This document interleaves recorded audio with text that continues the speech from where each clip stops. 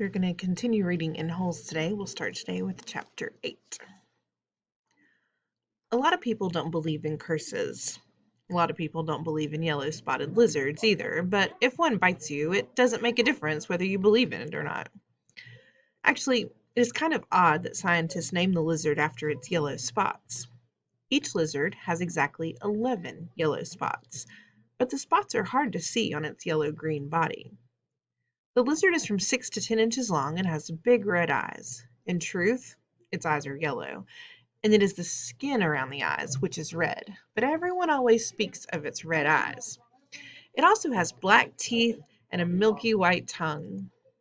Looking at one, you would have thought it should have been named a red-eyed lizard or a black-toothed lizard, or perhaps a white-tongued lizard. If you've ever been close enough to see the yellow spots, you're probably dead. The yellow-spotted lizards like to live in holes, which offer shade from the sun and protection from predatory birds. Up to 20 lizards may live in one hole. They have strong, powerful legs and can leap out of very deep holes to attack their prey. They eat small animals, insects, certain cactus thorns, and the shells of sunflower seeds. Chapter 9. Stanley stood in the shower and let the cold water pour over his hot and sore body. It was 4 minutes of heaven. For the second day in a row, he didn't use soap. He was too tired. There was no roof over the shower building, and the walls were raised up 6 inches off the ground, except in the corners. There was no drain in the floor. The water ran out under the walls and evaporated quickly in the sun.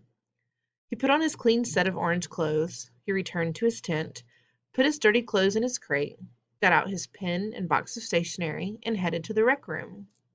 A sign on the door said, "Rec Room." Nearly everything in the room was broken. The TV, the pinball machine, the furniture. Even the people looked broken, with their worn-out bodies sprawled over the various chairs and sofas. X-Ray and Armpit were playing pool. The surface of the table reminded Stanley of the surface of the lake. It was full of bumps and holes, because so many people had carved their initials into the felt. There was a hole in the far wall, and an electric fan had been placed in front of it. Cheap air conditioning. At least the fan worked. As Stanley made his way across the room, he tripped over an outstretched leg. "Hey, watch it," said an orange lump on a chair. "You watch it," muttered Stanley, too tired to care. "What did you say?" the lump demanded. "Nothing," said Stanley. The lump rose. He was almost as big as Stanley, and a lot tougher. "You said something." He poked his fat finger in Stanley's neck. "What did you say?" A crowd quickly formed around them. "Be cool," said X-Ray. He put his hand on Stanley's shoulder. "You don't want to mess with the caveman," he warned. "The caveman's cool," said Armpit. "I'm not looking for trouble," Stanley said. "I'm just tired, that's all." The lump grunted. X-Ray and Armpit led Stanley over to a couch. Squid slid over to make room as Stanley sat down. "Did you see the caveman back there?" X-Ray asked. "The caveman's one tough dude," said Squid, and he lightly punched Stanley's arm. Stanley leaned back against the torn vinyl upholstery. Despite his shower, his body still radiated heat. "I wasn't trying to start anything," he said. The last thing he wanted to do after killing himself all day on the lake was to get in a fight with a boy called the Caveman. He was glad X-Ray and Armpit had come to his rescue. "Well, how'd you like your first hole?" asked Squid. Stanley groaned, and the other boys laughed. "Well, the first hole's the hardest," said Stanley. "No way," said X-Ray. "The second hole's a lot harder. You're hurting before you even get started. If you think you're sore now, just wait and see how you feel tomorrow morning, right?" "That's right," said Squid. "Plus, the fun's gone," said X-Ray. "The fun?" asked Stanley. "Don't lie to me," said X-Ray. "I bet you always wanted to dig a big hole, right? Am I right?" Stanley had never really thought about it before, but he knew better than to tell X-Ray he wasn't right. "Every kid in the world wants to dig a great big hole," said X-Ray. "To China, right?" "Right," said Stanley. "See what I mean?" said X-Ray. "That's what I'm saying. But now the fun's gone, and you still got to do it again and again and again." "Camp fun and games," said Stanley. "What's in the box?" asked Squid. Stanley had forgotten he brought it. Paper. I was going to write a letter to my mother." "Your mother?" laughed Squid. "Well, she'll worry if I don't." Squid scowled. Stanley looked around the room. This was the one place in camp where the boys could enjoy themselves, and what did they do? They wrecked it. The glass on the TV was smashed as if someone had put his foot through it. Every table and chair seemed to be missing at least one leg. Everything leaned. He waited to write the letter until after Squid had gotten up and joined the game of pool. "Dear Mom, today was my first day at camp, and I've already made some friends. We've been out on the lake all day, so I'm pretty tired. Once I pass the swimming test, I'll get to learn how to water ski. I—" He stopped writing as he became aware that somebody was reading over his shoulder. He turned to see Zero standing behind the couch. "I don't want her to worry about me," he explained. Zero said nothing. He just stared at the letter with a serious, almost angry look on his face. Stanley slipped it back into the stationery box. "Did the shoes have red X's on the back?" Zero asked him. It took Stanley a moment, but then he realized Zero was asking about Clyde Livingston's shoes. "Yes, they did," he said. He wondered how Zero knew that. Brand X was a popular brand of sneakers. Maybe Clyde Livingston made a commercial for them. Zero stared at him for a moment, with the same intensity with which he had been staring at the letter. Stanley poked his finger through a hole in the vinyl couch and pulled out some of the stuffing. He wasn't aware of what he was doing. "Come on, Caveman, dinner," said Armpit. "You coming, Caveman?" said Squid. Stanley looked around to see that Armpit and Squid were talking to him. Sure," he said. He put the piece of stationery back in the box, then got up and followed the boys out to the tables. The lump wasn't the caveman. He was. He shrugged his left shoulder. It was better than Barf Bag.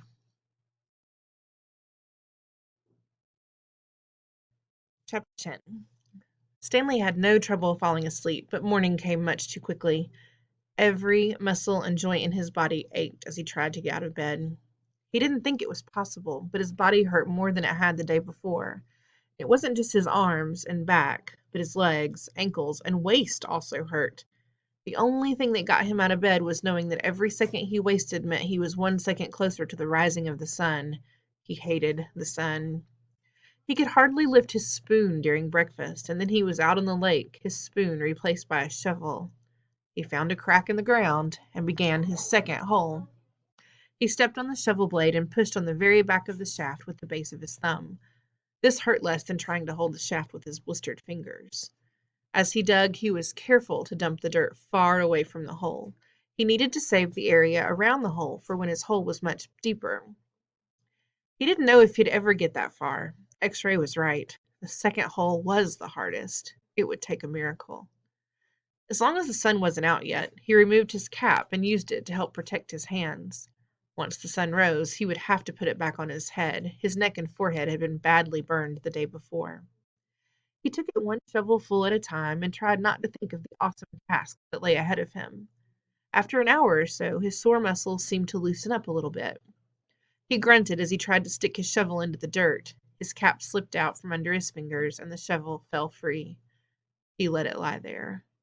He took a drink from his canteen. He guessed the water truck should be coming soon, but he didn't finish all the water, just in case he was wrong. He had learned to wait until he saw the truck before drinking the last drop. The sun wasn't yet up, but its rays arced over the horizon and brought light to the sky. He reached down to pick up his cap, and there next to it he saw a wide, flat rock. As he put his cap on his head, he continued to look down at the rock. He picked it up. He thought he could see the shape of a fish fossilized in it. He rubbed off some dirt, and the outline of the fish became clearer. The sun peeked over the horizon, and he could actually see tiny lines where every one of the fish's bones had been. He looked at the barren land all around him. True, everyone referred to this area as the lake, but it was still hard to believe that this dry wasteland was once full of water. Then he remembered what Mr. Sir and Mr. Pendanski had both said. If he dug up anything interesting, he should report it to one of them. If the warden liked it, he would get the rest of the day off.